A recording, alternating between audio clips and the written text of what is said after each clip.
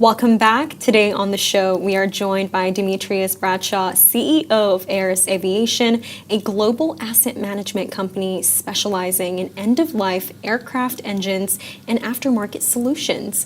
We'll be discussing how the aviation aftermarket works, why engine assets are becoming more valuable, and what airlines are doing with aging fleets in the market. Demetrios, thank you so much for being on the Smashi Business Show today. So just to start, we really want to know, how did you get into this industry? What was your journey like? Well, first of all, thank you for having me here. It's great to be on the show with you guys. It's a really interesting in business. I mean, I've been in Dubai for the best part of 10 years or so, been coming to Dubai since 2006, and there's been a huge change in Dubai itself, now positioned as in the center of the world for connectivity, and aviation has come along with that as well, and has been a big factor in connecting people in this part of the world. Has there been a specific story or experience or something specific about Dubai that pushed you to come here? So Dubai was always for me, was really inspiring when I first came here in 2006.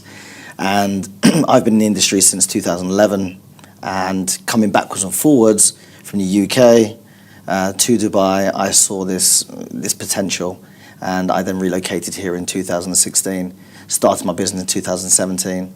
And it's really grown and really developed, and we're now a global player in the industry. And Dubai, where we're positioned, is a big factor in how we've grown. And speaking of how you've grown, can you tell us more about Aeras Aviation, and what do you do in the asset management space for aircraft engines? Well, look, I mean, it's one of those things where people do not really understand aviation and what it's about. It's a bit of a minefield. So do tell us. So what we focus on, what we specialize on, are the engines. We purchase engines, we dismantle them, we rebuild those engines for airlines and maintenance repair organizations, who then supply the airlines back with those repaired engines. So for us, it's great because the OEMs, the original manufacturers, cannot produce the parts to go back into the engines quick enough. So that's where we step in. So we purchase these assets, we break them down, we repair the piece parts, and we supply those parts back to the airlines. And it's a big part of their supply chain. It's not just an add-on to the service. It's a big part of their supply chain now in terms of how they fleet plan. So airlines such as Lufthansa, Etihad, and so on and so forth are customers that we work with strategically and support them with their supply chain demands.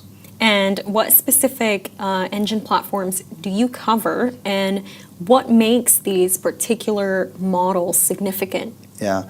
So look, everyone knows of Rolls-Royce. It's a big name, big household name over many years, based out of Derby. So we focus on those Rolls-Royce engines, Pratt & Whitney, who often supply the military in the United States, engines that go on to the likes of EasyJet or Ryanair. These are all the different types of engines that we work with on a day-to-day basis. And I'm going to ask you the question that I'm sure everyone would love to know. How is this industry such a moneymaker? Well, that's an interesting one. So, look, it's just, for me, it's just about being smart, looking forwards, and staying focused. I mean, we have to look at the trends. COVID for us was a difficult time, as it was for a lot of businesses, not just in aviation. But what we did was we diversified not just into commercial aviation, but also into cargo, and cargo was a big space for us in during the COVID period. Coming out of COVID, airlines wanted to get back in the air. People wanted to restart their businesses and, reintroduce connectivity. And, being able to travel via plane is a big part of that. So our commercial space started to pick up and picked up quite rapidly. And who would you say are your primary customers? So I would say, we work globally. So we work with the likes of Delta, United, Iberia, are on a few of the airlines that we work very closely with. DHL is a big customer of ours as well. We don't just work with airlines only. We also work with the maintenance shops. So a lot of these airlines put their engines with maintenance shops in order to get those repaired, and they're the ones who are trusted to procure parts from suppliers like ourselves. So we have a close relationship with those as well. And what I'm curious about are, what are some of the biggest challenges facing the aviation asset management industry right now, and perhaps your company? Yeah, I mean, I think COVID was a big part of this. So a lot of people who work for those repair shops. So when we take an engine, we break it down to fulfill and feed those repair shops or those airlines with their surplus material.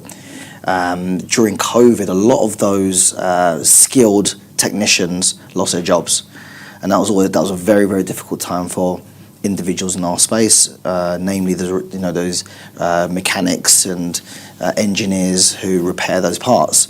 So those individuals who had great experience, good skill, lost their jobs, and that's the knock-on effect is that when we came forth to have our parts repaired, that skilled labour wasn't there.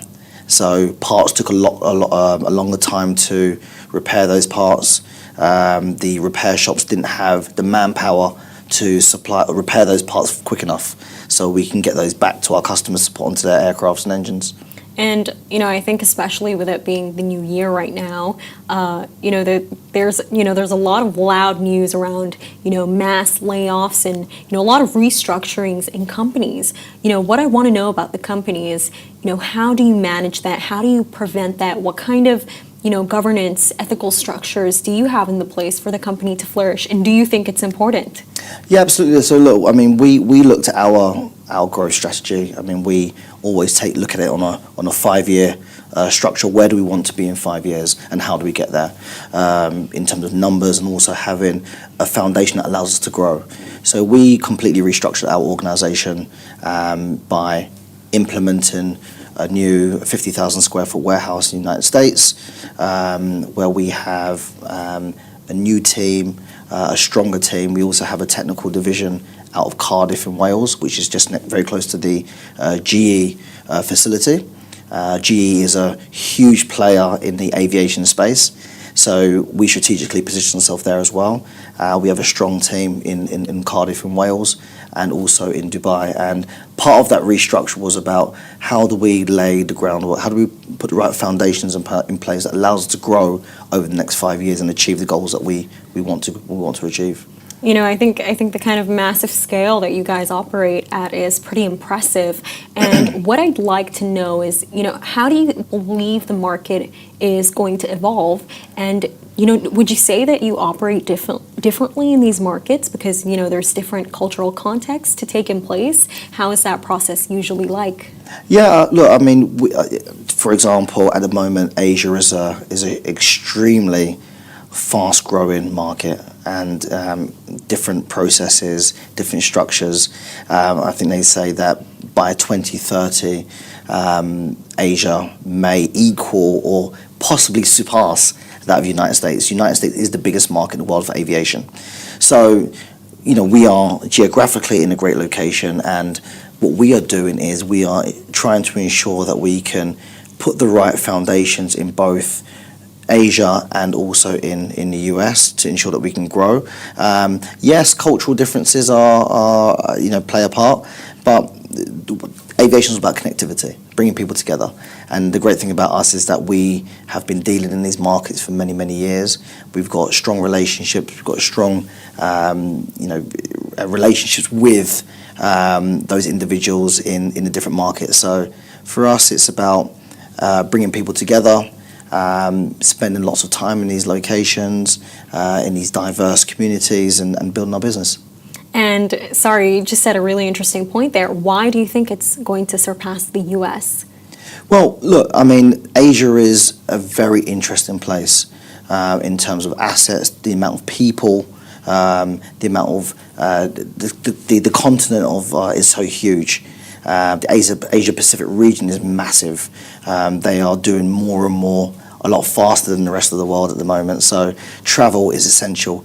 Air travel is essential. So the trend, we are looking at the trends at the moment, and that is what we are seeing. And, in the next decade, how do you think the market is going to specifically grow, especially in the Middle East? The Middle East, as I said, is, for us specifically, we're probably in the best place in the world right now. And, it's a safe space, and that's one of the reasons why I love being here in Dubai. Now, in terms of the actual growth, we are a gateway to Africa. There's a lot going on in Africa at the moment. I think another statistic is that by 2050, 33% of the world's population will be in Africa, in the continent of Africa.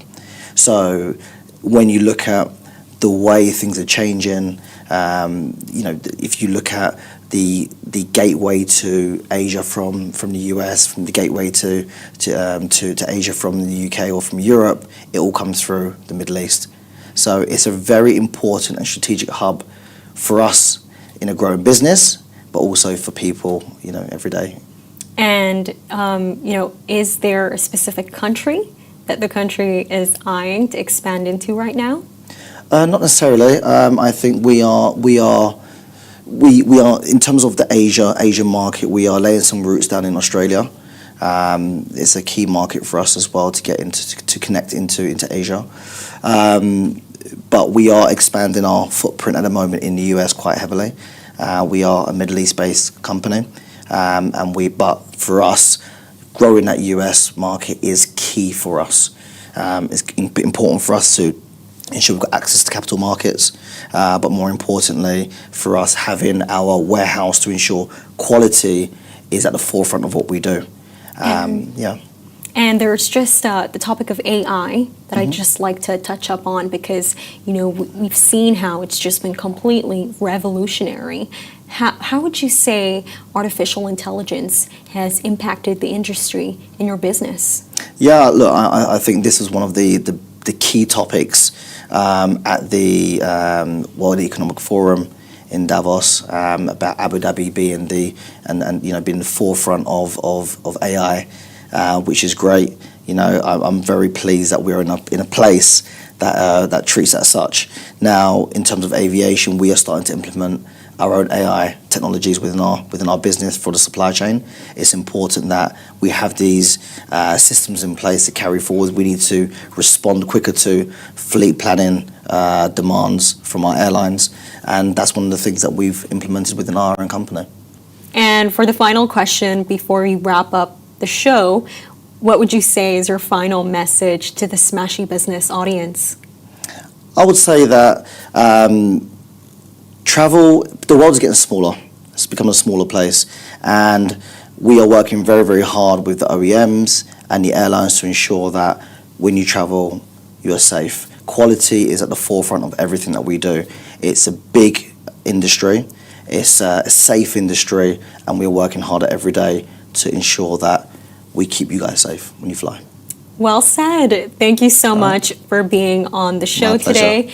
This is Demetrios Bradshaw for you, everyone. This is the Smashi Business Show, Smashi Business production under the Augustus Media Podcast Network. See you all tomorrow.